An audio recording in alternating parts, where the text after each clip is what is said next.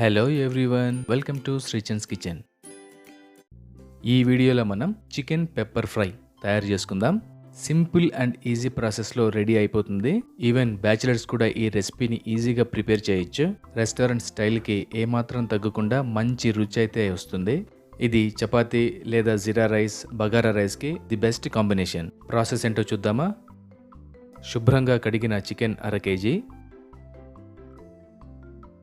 రుచికి సరిపడా salt, 1 table spoon నిమ్మరసం, 1/2 టేబుల్ స్పూన్ అల్లం వెల్లుల్లి పేస్ట్, 1 టేబుల్ స్పూన్ ధనియాల పొడి,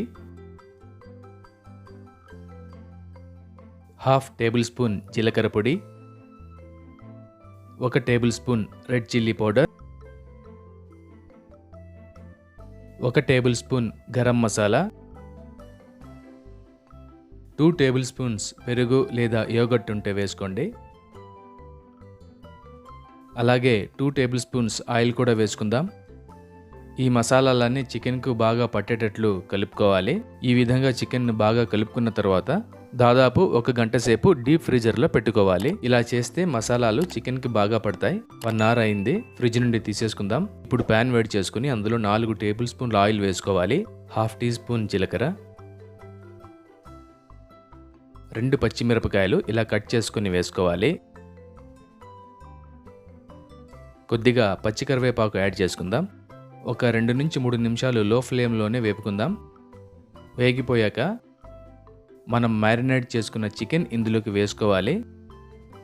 మూత పెట్టేసుకొని స్టవ్ని లో ఫ్లేమ్లోనే పెట్టుకోవాలి. చికెన్లో నుంచి మనకు కంప్లీట్గా వాటర్ రిలీజ్ అవ్వాలి. అడిషనల్గా మనం ఏమాత్రం వాటర్ యాడ్ చేయకూడదు. కొద్దిసేపటికి ఈ విధంగా వాటర్ రిలీజ్ అయిపోతుంది. ఈ వాటర్తోనే చికెన్ మొత్తం బాయిల్ అయిపోతుంది. ఇప్పుడు మనం స్టవ్ని మీడియం ఫ్లేమ్లోకి పెట్టుకుందాం. ఒకసారి మళ్ళీ మూత పెట్టుకొని 3 నుంచి 5 నిమిషాల వరకు ఉడకనిద్దాం. ఇక మూత తీసేసుకొని చికెన్ ఒకసారి తిప్పుకుందాం. వాటర్ మొత్తం డ్రై అయ్యే వరకు ఇలా చికెన్ను తిప్పుకుంటూ ఉండాలి. వాటర్ అయితే చాలా వరకు డ్రై అయిపోయింది కదా. ఒకవేళ అడుగంటినట్టు అనిపిస్తే మంట కొంచెం తగ్గించుకుంటే సరిపోతుంది. ఇక్కడ మనం 1/2 kg చికెన్తో చేసాం. మీరు కేజీ వండుతుంటే కొలతలన్నీ డబల్ వేసుకుంటే సరిపోతుంది. చివరగా 1/2 టేబుల్ స్పూన్ పెప్పర్ పౌడర్ చల్లుకుందాం. కొద్దిగా తురిమిన ఎండు కొబ్బరిని కూడా చల్లుకుందాం. ఎండు కొబ్బరి వల్ల టేస్ట్ వేరే లెవెల్లో ఉంటుంది. ఒక్కసారి చికెన్ అంతా తిప్పుకొని స్టవ్ ఆఫ్ చేసుకుంటే సరిపోతుంది. సింపుల్గా ఘుమఘుమలాడిపోయే tasty and spicy chicken pepper fry ready. మీరు కూడా ఒక్కసారి తప్పకుండా ట్రై చేసి టేస్ట్ ఎలా వచ్చిందో ఒకసారి కామెంట్ చేయండి.